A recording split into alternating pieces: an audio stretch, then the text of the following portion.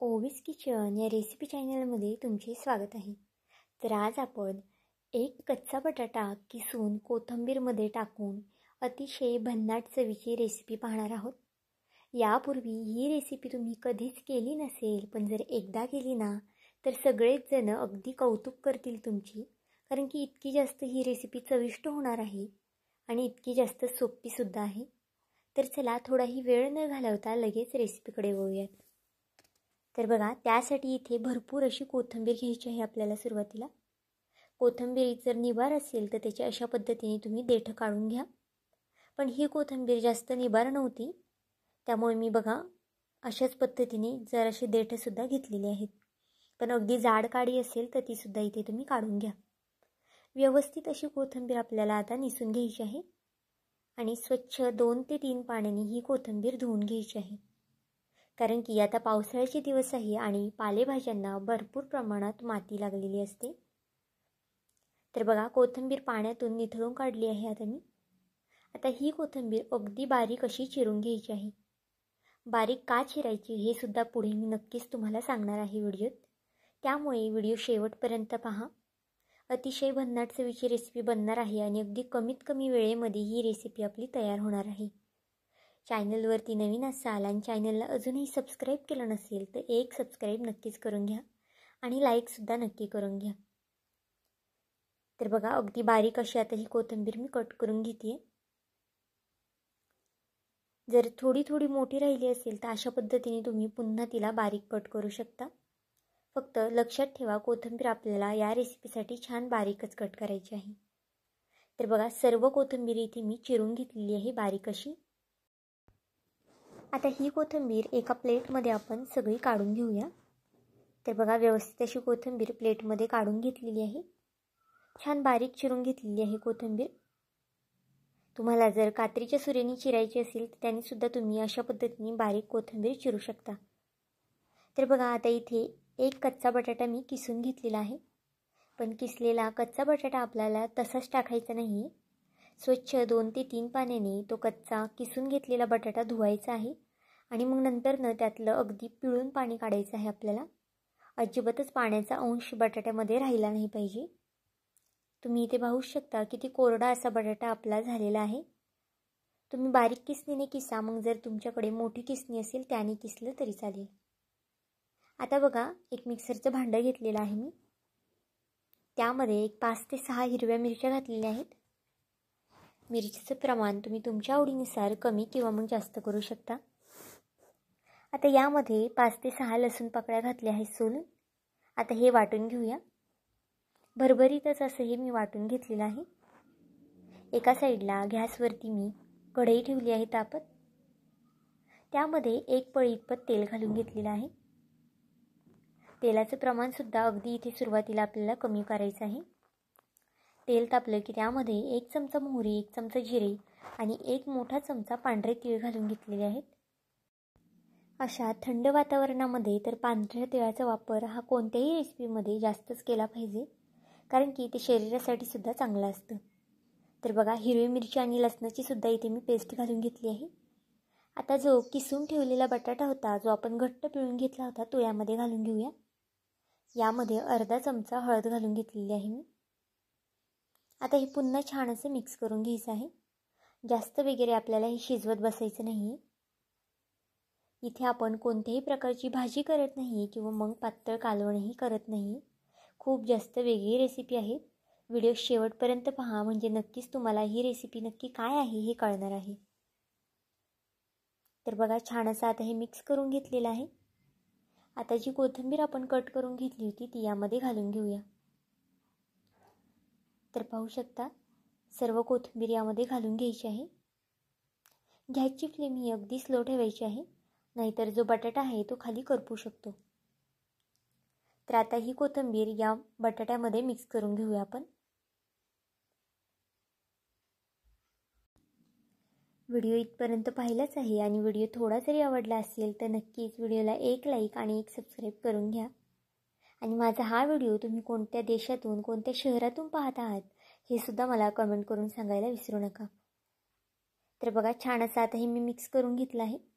सुरुवातीलाच इथे तुम्ही ओवा घाला. मी सुरुवातीला विसरले होते, त्यामुळे आत्ता ह्या स्टेजला घालून घेतला आहे. ओवा घातल्यामुळे आपल्या या रेसिपीला अजून जास्त छान असा वाससुद्धा येणार आहे आणि चवसुद्धा छान लागणार आहे. तर आता बघा कोथिंबीर आणि बटाटा छान असं परतून झालेला आहे. आता यामध्ये आपण 1 ते 1.5 ग्लास इतपत पाणी घालून घेतलेलं आहे. चवीनुसार मीठसुद्धा घालून घ्यायचं आहे आणि हे छान असं मिक्स करायचं आहे. आता मात्र गॅसची फ्लेम आपल्याला फास्ट ठेवायची आहे. तर बघा फास्ट गॅस केलेला आहे मी आणि जे पाणी आहे त्यालासुद्धा छान अशी उकळी आली आहे. पाण्याला अशाच पद्धतीने उकळी आली पाहिजे. आता यामध्ये 2 ते 3 चमचे इतपत मी बेसन पीठ घातलेलं आहे. आता बाजरीचे पीठ घालून घेऊया.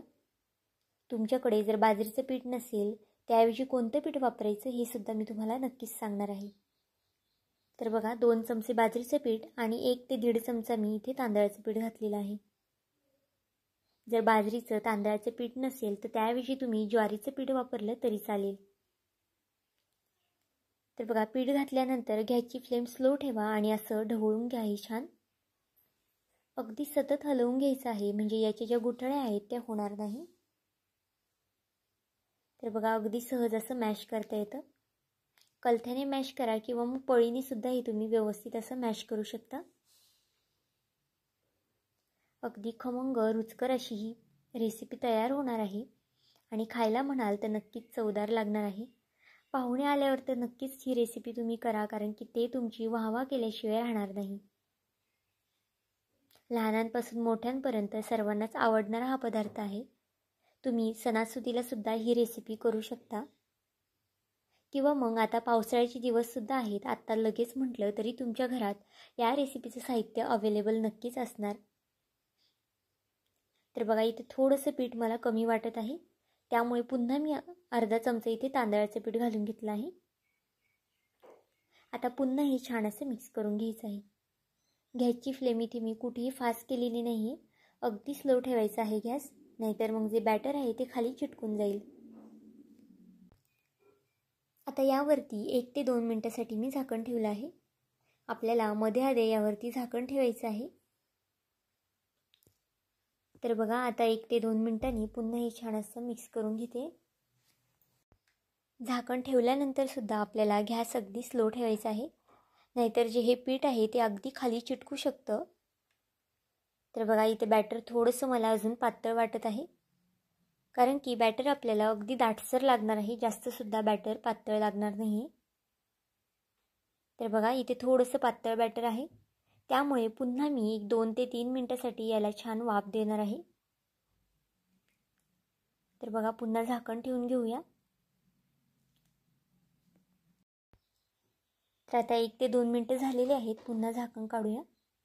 पाहू शकता ह्याला छान अशी वाफसुद्धा बसलेली आहे आणि जे आपलं पीठ आहे ते सुद्धा अगदी परफेक्ट असं शिजलेलं आहे. यामध्ये बाजरीचं पीठ आणि बेसन पीठ असल्यामुळे शिजायला थोडासा वेळ लागू शकतो. तर बघा छान असं पीठ आपलं शिजलेलं आहे. जर तुम्हाला मीठ वगैरे कमी वाटत असेल तर तुम्ही याच स्टेजला आता मीठ टाकू शकता. आता गॅसची फ्लेम आपल्याला बंद करून ठेवायची आहे आणि कढई एका साईडला आपल्याला उतरून घ्यायची आहे. आता बघा इथे एका प्लेटला मी थोडंसं तेल लावून घेतलं आहे. अगदी कडेपर्यंत आपल्याला तेल लावून घ्यायचं आहे. तुम्ही डब्यात सुद्धा करू शकता किंवा मग अशा पद्धतीने प्लेटला सुद्धा तेल लावू शकता. तर बघा आता थोडेसे खालच्या साईडने पांढरे तीळ मी भुरभुरले आहेत. पांढरे तीळ घालणं अगदी ऑप्शनल आहे, तुम्हाला जर आवडत असेल तर घाला किंवा मग नाही घातले तरी चालतील. आता जे बॅटर आहे ते आपल्याला सर्व यामध्ये टाकून घ्यायचं आहे ताटामध्ये. गरम गरम असतानाच हे बॅटर आपल्याला यावरती टाकून घ्यायचं आहे. तर आता बघा कलथ्याला जे बॅटर चिकटलेलं आहे ते अशा पद्धतीने सुरीने काढून घ्या, म्हणजे अगदी सहज निघलं जाईल.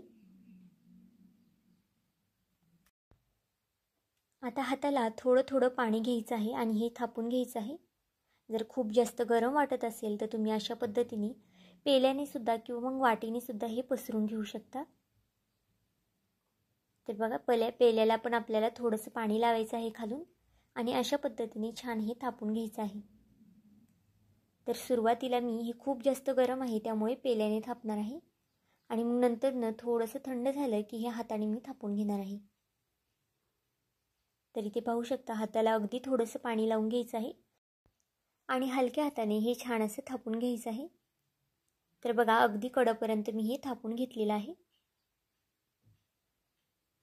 आता यावरती पुन्हा थोडीशी पांढरी तीळ घालणार आहे आणि पुन्हा हे छान मी हाताने बघा थापून घेतलेलं आहे. अगदी कडेपर्यंत थापलेलं आहे. थोडंसं थंड झाल्यावर थापलं की हाताला सुद्धा भाजत नाही आणि हे वड्या ज्या आहेत त्यासुद्धा आपल्याला छान थापता येतात. तर बघा तुमचं जर बॅटर कमी असेल तर तुम्ही छोटी प्लेटमध्ये थापलं तरी चालेल किंवा मग अशा पद्धतीने थोडंसं जास्त प्रमाणात बॅटर असेल तर मोठ्या प्लेटमध्ये थापलं तरी चालेल. आता हे आपल्याला थंड होऊन द्यायचं आहे आणि बघा थंड झाल्यानंतर आता याच्या आपल्याला वड्या पाडून घ्यायच्या आहेत. आता तुम्हाला कळलंच असेल की आपण नक्की काय करत आहोत, पण ही रेसिपी नक्की तयार होऊन कशी बनणार आहे किंवा मग आतून किती खुसखुशीत झालेली आहे किंवा मग कशी दिसणार आहे हे मी तुम्हाला नक्कीच सांगणार आहे आणि दाखवणारसुद्धा आहे. त्यामुळे व्हिडिओ शेवटपर्यंत पहा, कुठेही स्किप न करता. तर आता बघा सुरीने मी अगदी सहज अशा ह्याच्या वड्या पाडून घेणार आहे. सुरी थोडीशी ओली करून घ्यायची आहे आपल्याला, म्हणजे ज्या वड्या आहेत त्या तुटणार नाही. तुम्ही तुमच्या आवडीनुसार कोणताही आकार या वड्यांना देऊ शकता. तुम्हाला जर चौकोनी द्यायचा असेल किंवा मग शंकरपाळ्यांसारखा आकार द्यायचा असेल तो सुद्धा इथे तुम्ही देऊ शकता. आता बघा मी इथे चौकोनीच फोडीमध्ये ह्या वड्या कट करून घेणार आहे. जास्त मोठ्यासुद्धा नाही आणि जास्त लहानसुद्धा नाही. आता खाली तेल लावल्यामुळे अगदी सहज आपल्या ह्या वड्या निघल्या जातात. खाली अजिबातच चिटकत वगैरे नाही. तुम्ही जर गरम गरम बॅटरमध्ये या वड्या कापल्या तर त्या निघणारसुद्धा नाही आणि अगदी तुटूनसुद्धा जातील. त्यामुळे अगदी अशा पद्धतीने बॅटर थंड होऊ द्या आणि मगच वड्या कट करा, म्हणजे त्या वड्या अगदी सहज अशा कट होतील आणि तुटणार वगैरे अजिबातच नाही. आता या वड्या तुम्ही 2 पद्धतीने खाऊ शकता. तुम्हाला जर तेलकट वगैरे अजिबातच करायचे नसतील तर तुम्ही कढईमध्ये नुसतं जिरी, मोहरी, थोडेसे पांढरे तीळ, कढीपत्त्याची फोडणी देऊन या वड्या परतल्या तरीसुद्धा अगदी खमंग लागतात खायला किंवा मग तळूनसुद्धा अगदी खमंग लागतात. तर इथे बघा मी तळून दाखवणार आहे. गॅसवरती कढई सुरुवातीलाच मी तापत ठेवलं आहे तेल. आता तेल कडकडीत असं तापून द्यायचं आहे. गॅसची फ्लेम अजिबातच स्लो वगैरे करायची नाही. फास्ट गॅसवरतीच ह्या वड्या आपल्या तळून घ्यायच्या आहेत, नाहीतर मग वड्या लूज पडतील आणि मग तेल जास्त पितील. त्यामुळे फास्ट गॅसवरतीच या वड्या छान खमंग अशा तळून घ्यायच्या आहेत. तर बघा एक एक करून या वड्या मी यामध्ये सोडणार आहे. आता इथे कढई थोडीशी पसरटी आहे त्यामुळे एक संगती जराशा जास्त सोडता येतात, पण जर तुमची कढई लहान असेल, खोलगटी असेल तर एकदम सोडू नका. 3 ते 4 वड्या एका टायमाला तुम्ही सोडा. तर बघा फास्ट गॅसवरती आता ह्या वड्या मी छान अशा तळून घेणार आहे. अगदी कशासोबतही या वड्या तुम्ही खाऊ शकता. चटणीबरोबर, चहाबरोबर किंवा मग टोमॅटो केचपसोबत. खूप जास्त चवीला भन्नाट लागतात आणि ही रेसिपी तुम्ही जर एकदा केली ना तर नक्कीच आठवड्यातून 2 ते 3 वेळा नक्कीच कराल. तर बघा छान अशा फास्ट गॅसवरती वड्या तळून घ्यायच्या आहेत. गोल्डन रंग येतोपर्यंत आपल्याला याला तळायचं आहे. बघा अशाच पद्धतीने छान असा गोल्डन रंग आला की या वड्या आपल्याला काढून घ्यायच्या आहेत. अजिबातच तेलकट वगैरे होत नाही आणि अजिबातच खायलासुद्धा खवखव लागत नाही. अगदी छान लागतात चवीला. आता या वड्या एका प्लेटमध्ये काढून घेते आणि त्याच पद्धतीने दुसऱ्यासुद्धा वड्या मी तळून घेणार आहे. तुम्ही या वड्या अशा पद्धतीने करून फ्रीजमध्ये स्टोअरसुद्धा करू शकता 10 ते 15 दिवस. आणि ज्या वेळेस तुम्हाला तळून खायच्या आहेत त्यावेळेस तुम्ही अशा पद्धतीने काढून त्या तळूसुद्धा शकता. तर बघा यासुद्धा वड्या छान फास्ट गॅसवरती खमंग अशा तळून घेणार आहे. व्हिडिओ इथपर्यंत पाहिलाच आहे आणि व्हिडिओ थोडा जरी आवडला असेल तर नक्कीच व्हिडिओला एक लाईक आणि एक सबस्क्राईब करून घ्या. तर बघा यासुद्धा वड्या छान अशा काढून घेऊया आपण प्लेटमध्ये. तुम्ही रंग तर पाहू शकता वड्यांना किती छान असा आलेला आहे. आता एका प्लेटमध्ये या सगळ्या वड्या मी काढून घेते. तर इथे मी टोमॅटो केचपसोबत या वड्या सर्व केलेल्या आहेत. तुम्ही कोणत्याही चटणीबरोबर किंवा मग नुसत्या खाल्ल्या तरीसुद्धा ह्या अगदी अप्रतिम लागतात. आता इथे तुम्ही या वड्यांचा आवाज ऐकू शकता. किती जास्त कुरकुरीत खुसखुशीत या वड्या झालेल्या आहेत. आतनं अगदी मऊसूत आणि वरनं अगदी कुरकुरीत अशा या वड्या झालेल्या आहेत. तर बघा छान अशी आतून जाळीसुद्धा वड्यांना पडलेली आहे. तर आजचा हा व्हिडिओ तुम्हाला कसा वाटला मला हे कमेंट करून नक्की सांगा. आणि चॅनलवरती नवीन असाल तर चॅनलला एक लाईक आणि एक सबस्क्राईब करायला विसरू नका.